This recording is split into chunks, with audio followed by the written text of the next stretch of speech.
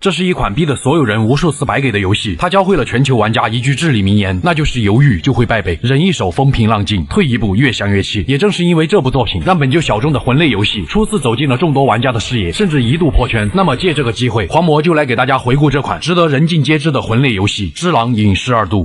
故事的背景设定在日本战国时代的架空世界，当时的最强势力内府发动了一场统一全国的战争，那烧遍每一寸土地的战火，就连位于山林深处的伪民国也无法幸免。为了守护这片土地，剑圣伪民一心率领手下的伪民众发动了一场盗国之战。一心凭借着天下无双的剑术以及战场上的骁勇善战，一举击溃了内府军，至此伪民国获得了暂时的和平。而一心的手下忍者萧则在一片狼藉的战场上发现了一个失魂落魄的少年，在萧的眼里，少年只不过是一只野狗而已。面对散发着杀气的萧，他没有丝毫的惧色，而是冒着破伤风的风险，紧紧地握住了刀身。震惊于少年的冷静，于是萧将少年收为义子。在他残酷的教导下，少年成为了出类拔萃的忍者，并有了自己的名字狼。而狼的任务则是效忠伪民国的玉子九郎。从这一天开始，赌上性命守护九郎的使命便深深地扎根在了狼的心里。很快，自伪民一心发动盗国之战已经过去了20多年，随着一心步入老年，身患重病，伪民国也开始了衰败。内府势力更是联合山贼入侵了九郎所在的平田家。当外出执行任务的狼赶到时，平田家已经陷入了一片火海。无奈之下，狼只能从正面潜入，与大批的山贼展开了殊死搏斗。尽管头上的威不断显现，狼还是凭借着过硬的身体素质，不断向着宅邸内杀去。平田宅邸更是宛如人间炼狱，就连义父萧也已经看着像战斗至最后一刻的样子。萧在临死之前，将隐藏佛堂的钥匙交给了狼。九郎此时正在那里，说完便咯喽一声咽气了。前方的道路凶险无比，狼迎面就碰上了山贼首领。面对眼前这个大块头，他拼尽了全力才将其处决。随后，狼在一个老婆婆的指引下，通过密道进入了九郎所在的隐藏佛堂之中。可这时的九郎身中幻术，渐渐失去了自主意识。可随后走出来的一个老者，竟然是教导过狼幻术的蝴蝶夫人。狼意识到情况不妙，于是将九郎护在身后，准备与曾经的老师展开对决。而蝴蝶夫人也没有多做解释，立马与狼开始了战斗。夫人的招式可谓是变幻莫测，甚至还能表演走钢丝，各种远程武器和幻术层出不穷。不过狼可谓是青出于蓝，战斗的过程中，他找到了夫人的破绽，直接一招忍杀终结了老师。可就在狼放松警惕的时候，一柄长刀瞬间贯穿了他的胸膛。毕竟狼没有但丁那个身体素质，很快他便倒在了地上，奄奄一息。弥留之际，九郎找到了狼，他不忍心扔下赌上性命守护自己的忍者，于是他用体内的龙印之血与狼签下了契约，使狼拥有了起死回生的能力。正是因为这股龙印之力，伪民国的重臣平田家才将九郎收为了养子。从这一刻开始，九郎下落不明，而狼也因此失去了部分记忆，没有了奋斗的目标，他便过上了摆烂3年的日子。就在某一天，一位神秘的女子将一封书信扔到了狼所在的井底，见到书信的狼瞬间恢复了斗志。原来九郎还活着，如今正在观月望楼。当他从井底出来的时候，伪民国和内府都已经卷上了天。由于伪民一心的身体越来越差，内府已经开始蠢蠢欲动，衰弱的伪民国即将再次陷入战火。可狼却管不了这么多，他趁着夜色悄悄地来到了九郎的面前。时隔3年，主仆2人再次相遇，于是九郎将狼曾使用过全村最好的刀蝎丸交给了他。如今他们所要做的便是通过城外的暗道离开伪民城。狼先一步悄悄地向着暗道前行，毕竟3年没有战斗过，狼还需要慢慢的适应。在经历了一些小小的波折以后，他终于和九郎穿过密道，来到了一片芦苇地。在月光的照耀下，芦苇丛在微风中摇曳，可一个身影早已在此等候多时。这人便是伪民一心的义孙伪民嫌疑狼。原来这3年，九郎一直被嫌疑狼软禁。由于强大的内府即将发动战争，决心守护伪民的嫌疑狼深知两国的差距，可以他现在的实力根本无法做到当初一心那样的壮举。而在嫌疑狼的内心，无论付出什么样的代价，他也要赌上性命守护自己的国家。于是嫌疑狼便希望从九郎那里得到龙印起死回生的力量。可龙印这玩意儿每使用一次，都会引发周围的人患上龙壳。嫌疑狼真要有了龙印之力，那一场战争打下来，日本估计得磕回原始时代。如今狼和嫌疑狼都有着各自需要守护的东西，一场大战也在所难免。2人的目光都是坚定且锐利，可毕竟3年没有练武，狼就算是施展了伪民斗刀术，也无法战胜眼前强大的敌人。在嫌疑狼的最后一击之下，狼的左臂被其斩断。可能是欣赏狼的信念，嫌疑狼并没有斩尽杀绝，只是默默地带走了九郎。当狼再次醒来的时候，发现自己的左臂已经变成了犹如枯骨一般藏有各种机关的手臂。原来他是被眼前这个佛雕师救了下来，他手上的假手名为忍一手，也正是佛雕师为他装上的。而佛雕师本名为元，他曾因杀孽太重，险些化为修罗，后被伪民一心砍下了左臂，才镇压住了其体内的修罗之火。投靠一心之后，他也参加了盗国之战。狼在佛雕师那里得知了九郎依旧被软禁在伪民城中，走出破旧的寺庙以后，狼发现了一个名叫永贞的药剂师，他奉自己主人之命前来帮助狼，但他的主人是谁却无可奉告。之后在忍一手的加持下，狼获得了能够利用钩绳穿越各种地方的能力，但迎接他的却是一场场艰难的战斗，就连路上遇到的鸡都能踹他2脚。好在凭借龙印的不死之力，还有一场场惊心动魄的殊死搏斗，让狼距离伪民城又近了一步。途中他遇到了一个精神失常的老婆婆，他错把把狼当成了自己的儿子，将手中的守护灵交给了狼。通过守护灵在佛雕前冥想，狼重新找回了3年前的记忆。在前往伪冥城的路上，必经的吊桥已经损毁，狼只能试图穿过桥下的山谷。可在这里却有着一只巨大无比的白蛇，奈何狼不是许仙，只能小心翼翼地绕过白蛇。可他却险些被白蛇发现，狼只能一刀刺向了白蛇的左眼，这才趁机穿越了山谷，并来到了伪冥城正门。没想到的是，伪冥早已为战争做了大量的准备，鬼刑部雅校早已镇守在此，不允许任何人进入内城。狼为了前去营救九郎，只能与鬼刑部开始了战斗。这一刻，狼见识到了道国之战伪冥众的强大，可终究是一场时代的落寞。狼还是抓住了鬼刑部的破绽，将这位忠心护国的大将拽下了马背。临死前，鬼刑部还在为自己的失职而忏悔。在路上，狼见到了一位神秘老者，他称呼狼为只狼，并希望狼能够猎杀老鼠，他也会用伪冥流刀法作为奖赏。接着，狼在忍一手的各种机关以及刀法招式的加持下，一路杀到了伪冥的内城门前。饶是为战争准备的火牛也无法阻拦狼的脚步。在钩绳的帮助下，狼不断地穿梭在伪冥城内。此时的伪冥正在集结人手，准备应对内府的进攻。要是他们知道门口的有生力量都被狼一个人宰了，估计都不想打了。然而，就连伪冥城的屋檐上都有着祭阴众在守护，这给狼带来了不小的困扰。好在凭借个人实力和丰富的战斗经验，狼一路过关斩将，终于来到了最高处的天守阁。奇怪的是，之前帮助过狼的永贞也在这里，看样子他们的关系非同一般。此时的嫌疑狼还在试图劝说九郎与自己签订不死契约，九郎只好委婉地说道：“对不起，人满了。”他也坚信狼一定会来救自己。随着九郎的话音落下，狼出现在了众人的面前，没有丝毫废话。再次面对嫌疑狼这个强大的敌人，狼准备全力以赴，双方立马开始了战斗。嫌疑狼的每一击都是凌厉且狠辣，就算是一路学艺走来的狼也应付得有些吃力。可嫌疑狼面对的毕竟是有龙印之力的狼，很快狼便找到机会击败了这个强悍的对手。但嫌疑狼的决心不会被任何失败撼动，只要能守护伪冥，不管什么后果他都能承受。原来他意识到时间紧迫，于是早已喝下了同样能起死回生的变弱水，但这种变弱水会让人陷入疯狂。嫌疑狼则是硬靠着自己的意志力强撑了下来，而这一次他甚至能够引导天雷攻击狼，这种招式被称之为八之雷。可就算是这样，嫌疑狼也无法战胜狼，他只能选择暂时撤退休养生息。永贞也在此时走了出来，并解释了自己不是狼的敌人。原来当初给狼送信的人就是永贞，他是在伪冥一心的授意下这样做的。因为伪冥一心和嫌疑狼对于外敌入侵的看法不同，年轻的嫌疑狼有着一腔热血，他会不惜一切代价守护伪冥，哪怕是龙印之力变弱水会扭曲作为人的生存方式，他也愿意承担一切后果。但伪冥一心却不这么想，到了迟暮之年的他根本不屑于使用这种异端力量，而是想用保守的方式守护伪冥。于是不忍心看到孙子付出如此惨痛代价的一心，便委托永贞前去找到了狼。知晓了缘由，狼来到了九郎的面前，经历了一系列的事情。九郎深知龙印之力的可怕，他决定去除龙印，彻底斩断不死。根据九郎找到的一本断绝龙印之书中记载，传说中的仙乡元之宫生出的神龙之类，或许就是断绝不死的关键。上一代龙印之力的拥有者丈曾留下一条线索，那便是想要前往元之宫，就需要一种名为元之香的东西。于是主仆二人分头行动，九郎留在这里翻阅丈生前留下的书籍，而狼则前去找到了伪冥一心。眼前这位剑圣虽到了迟暮之年，但还是能感受到他那与生俱来的霸气。一心感谢狼阻止了自己的孙子，还邀请狼与自己喝酒。狼也认出来了眼前之人正是之前他遇到的神秘老者。接着一心说出了断绝不死的另一个关键，那就是一把名为不死斩的刀。这把不死斩能够斩杀用通常方法无法死去之人，比如他那个喝下了变弱水的孙子。而这把刀就在附近的先锋寺中。老爷子也打开了话匣子，随口便说道，教会嫌疑狼使用雷术的是一个名为八的女人，八也是上一任龙印之子丈的契约者，就连一心都曾被八的美貌迷住，差点被砍。临走前，老爷子还附赠了狼一句话，那便是犹豫就会败北。秉承着多把武器多一分帅气的信念，狼先一步前往了先锋寺。这时一幅画叫住了狼，他说道，如今的先锋寺已经偏离了佛祖的教诲，整日沉迷于探求不死，如果得罪了方丈就不好走了。为了完成九郎的任务，狼还是毅然决然地踏进了先锋寺。果不其然，这里的僧人都已经变得如同行尸走肉一般，他们早已和寄生虫融为了一体，成为了名为复虫者的怪物，同时也拥有了不死的力量。随后狼来到了一座佛台前，在摇响了铃铛以后，他来到了一处幻境之中，眼前有着4只猴子的画像，分别是猿猴、文猴、关猴、六娃，看来只要击杀他们就能出去了。随即狼通过脚步声，先是击杀了一脸懵逼的六娃，随后追上另外3只猴子，将他们悉数斩杀。在将4小灵童团灭以后，一个声音告诉狼，这些猴子只不过是为了保护他而已。而狼也被传送到了内殿之中。原来眼前之人名为变弱神子，这些僧人为了研究不死，甚至还利用孩子作为人体实验，只为研究出龙印之子的替代品。而眼前的变弱神子就是唯一幸存下来的孩子。狼直接说明了自己的来意，但只要拔出不死斩便会死去。狼一听这我熟，于是毫不犹豫地拿起了身前的不死斩，并将它拔了出来。果不其然，狼失去了生命。但下一刻，狼就在变弱神子见鬼一样的目光下站了起来。这个小女孩也意识到了，这不是佛祖显灵，而是狼拥有龙印的不死之力。见识到狼的强大后，同样厌恶不死之力的神子决定帮助他，给了狼1把米。于是狼果断头也不回的去给九郎复命。而九郎的调查也取得了进展，那就是想要前往元之宫取得龙之泪，就需要找到4种材料，其中一个材料便是通过不死斩取出九郎体内的龙印之血。而接下来狼则需要前去寻找其余3种材料。再次启程，他通过跳下深不见底的深渊，来到了伪冥之底，并一路穿过有毒的沼泽，进入了被迷雾所笼罩的水生村。再将一个名为雾隐贵人的怪物击杀后，迷雾也逐渐散去。很快，狼来到了村内，这里的村民变得比吃了 T 病毒还可怕，只会无意识的攻击外来者，似乎是喝了这里的水导致的。在前进的路上，狼遇见了水生的灵，为了等待自己的夫君，他在这里久久不愿离去，感受到了眼前之人的不幸，于是狼送了这个可怜的女人最后一程。再次前进，幻影破戒僧守在了一座石门之前，狼想要的材料就在里面。破戒僧不可谓不强，就连他的幻影都让狼显得有些吃力。依靠着在先锋寺偷学的腿法，狼抓住了机会，一刀带走了幻影破戒僧。石门之后，呈现在他眼前的是一顶神秘的轿子，洞窟中流下的水和阳光交相呼应，显得这里的景色有种梦幻的色彩。狼在轿前的石台上找到了一枚结束之石，这也正是制作原之香的材料之一。只要带上原之香，坐上眼前的轿子，便能嫁入原之宫。事不宜迟，狼为了找到剩下2种材料，踏上了前往堕落之谷的路，却没料到在前进的路上，那只巨型白蛇再次出现，直接一口将木桥咬断。就算是狼跌进桥下的湖水之中，他也毫不犹豫的再次发动了攻击。幸运的是，狼凭借着过硬的身体素质，强行逃脱了蛇口。不过他也将这件事记在了自己的小本本上，并在有着数座佛像的山谷中团灭了一座花果山的猴子。然而就在前方的山谷深处，一只狮子猿正在守护着什么。见到狼以后，不由分说上来就是一巴掌。面对狮子猿蛮横的攻击，饶是战斗经验丰富的狼也有些无所适从。在摸透了对方的路数后，狼再次找到机会，强行将就狮子猿脖子上的巨刀，硬生生拽下了他的脑袋。有句话说得好，真男人从不回头看爆炸。但诡异的是，狮子猿竟然再次站了起来，甚至还上演了一出拿手好戏。狼只能再次爬上了狮子猿的身躯，将他体内的一只巨型蜈蚣扯了出来，这才成功的击杀了这头怪物。原来狮子猿守护的正是材料之一的馨香水莲，如今只差最后一个材料便能前往原之宫。不过在此之前，狼在变弱神子口中得知了另一种断绝不死的方法。本着多条选择多条路的想法，狼悄悄的来到了熟睡的白蛇头上，他直接纵身一跃，您猜怎么着？嘿，死了！好在狼可以起死回生，他再次纵身一跃，让白蛇起来重睡。随着狼将刀划出，白蛇在一片血雨中应声倒地，他也成功获得了名为仙柿子的白蛇心脏。随后他又取得了干柿子，在变弱神子将2枚柿子服用后，便开始了闭关修炼，仿佛在酝酿着属于狼的另一种结局。当狼准备回到伪名城复命的时候，他却发现由于自己除掉了伪名的大批战力，导致内府军已然攻入了内城。如今狼也管不了这么多了，他当即施展轻功，一路杀回了伪名的最高处天守阁。而让他震惊的是，原来自己的养父萧并没有死去，如今的萧再次出现，只是为了获得九郎的龙印之力。当年伪名一心成为了万众瞩目的剑圣，而他自己却什么也没有得到，所以萧制定了一系列计划，就连3年前平田家被山贼偷袭也是他一手策划的。面对萧索要龙印之力的请求，九郎只能熟练的拒绝了他。接着一脸懵逼的狼来到了义父萧的面前，萧也没有废话，试图用忍者的戒律命令狼舍弃九郎。可是狼心里清楚，自己在义父眼里终究只不过是条野狗而已，但九郎却对他不一样，那是将他当成了自己的家人一样对待的存在。如果遵从戒律舍弃九郎，那么师承一心的永贞自然不会答应，就算他是一位治病救人的药师，但也会依旧与狼战斗到底。可狼却不想心地善良的永贞死在自己的手里，况且伪名一心自然也不会束手旁观。虽然老年的伪名一心根本无法战胜正值壮年的狼，但狼又何尝想杀掉这位与自己把酒言欢的剑圣？如果狼真的做到这一点，那么他也会彻底沦为修罗，义父萧也会死在自己的手里，城内的士兵和平民会无一生还，伪名将会化作最为惨烈的杀戮舞台。想到这里，狼果断地拒绝了义父的馊主意。阴险的萧还打上了感情牌，趁着狼背过身去立马偷袭。可这一次狼却不会再上当了，父子2人终有一战。狼靠着在先锋寺偷学来的拳法和腿法，将义父打得节节败退，终于一刀结果了萧。而在萧的身上，赫然正是前往原之宫的最后一个材料长阴香木。永贞正愁不知道哪个缺心眼偷走了香木，原来是萧干的好事。如今结束之时，馨香水莲、长阴香木都已集齐。狼通过不死斩取得了九郎的血，制作出了前往原之宫的必需品原之香。但在前往原之宫之前，他还需要做好多重保险。狼在永贞那里通过疤留下的手迹，知道了第3种断绝不死的方法。于是他抽空再次回到了3年前，击败了当时试图偷袭自己的义父萧，成功取得了名为长阴之花的东西。接着他又来到了变弱神子的面前，由于神子吃下了2颗蛇的心脏，他便给了狼1枚冰泪。如今狼已找到断绝不死的另外2种材料，现在只差龙之泪便能完成九郎的心愿。材料在手，心不抖。狼带上制作出来的原之香，再次来到了那顶轿子所在的洞穴中。狼没有多想，直接坐上了轿子，准备嫁入仙乡。随之而来的便是一根麻绳抓住了他，庞大无比的麻花藤带着狼向着高处的原之宫走去。在麻花藤一个铁山靠住悬崖以后，狼也终于来到了这个号称仙乡的原之宫。镇守在大门前的便是破戒僧。由于之前有了经验，狼依附眼前的敌人也非常的得心应手。在将破戒僧体内的蜈蚣拽出来以后，他也终于得以进入了原之宫。这里的景色宛如仙境一般美轮美奂。如果猜的没错，远处的山峰便是取得龙类的地方。可这看似美丽的景色和宫殿里，却是住着一群最丑陋的人。原来伪名早在上古时期就有一只来自西方的鹰龙在此处扎根。随着时间的推移，鹰龙使得这片土地的水源发生了变化，让附近的居民获得了不死的力量。于是人们在水源的地方建造了原之宫。在原之宫还生活着瑜伽美一族，他们的形态和举止都十分的怪异。原之宫的水中还有着一种巨大的鲤鱼，可这种鲤鱼的体内却有着无数的寄生虫。先锋寺的僧人、堕落之谷的猴子和狮子猿都是吃下了鲤鱼的肉，或是喝下了有着寄生虫的原之水，才变成成了如今这副模样。而水生村的村民则因为地势偏远，才导致了他们变成了人不人鬼不鬼的模样。而先锋寺的僧人通过原汁水提炼出了一种很新的东西，那便是变弱水。但贤一郎服下的则是在变弱水的基础上提取出来的变弱之电。总而言之，想要获得不死，那必然需要付出摒弃人性的代价。既来之则安之。狼在原之宫不断击杀着拦路的瑜伽美人，终于在顺着一条小道前进后，在一处山洞中发现了一个早已死去的女人。在深入研究无果后，狼只能闭目祈祷。当他再次睁眼，却发现自己来到了真正的仙乡。在将这里试图讹人的白目老翁全部解决后，伴随着一道恐怖的炸雷，阴龙的真身缓缓地浮现在了狼的眼前。这头来自西方的神龙，仅凭一声龙吟，便将狼震飞了800里开外。可狼却没有丝毫惧色，他在阴龙的刀锋下不断前进，借着狂风的上升之势，接引天雷一刀斩向了阴龙。最终阴龙被狼打晕，狼也趁机利用手中的不死斩取下了阴龙之泪，获得了所有材料。狼再次回到了伪明城，可此时的城内已然硝烟四起，伪明的骨干早已死在了狼的手中，伪明国已无人可用。面对国破家亡的结局，佛雕尸元再次化为修罗，死守在了伪明城的正门之前。为了守卫自己的国家，即使沦为修罗那又如何？于是狼在与佛雕师战斗以后，帮助他从痛苦之中彻底解脱了。当狼赶回九郎居所的时候，伪明一心也因病去世了。伪明国的落败已成定局。在永贞的指引下，狼回到了梦开始的芦苇地。此时的月光早已被硝烟所吞没，原来是嫌疑狼再次掳走了九郎。他明白自己已经无法得到龙印之力，于是前去找到了另一把不死斩。狼的不死斩名为败类，嫌疑狼的则称之为开门。就像黑红两色的开门败类迎来宿命的对决，狼和嫌疑狼也即将展开最后的决战。然而这一次不一样了，面对嫌疑狼的攻击，狼应付的游刃有余，他们的对决也将迎来最后的一击。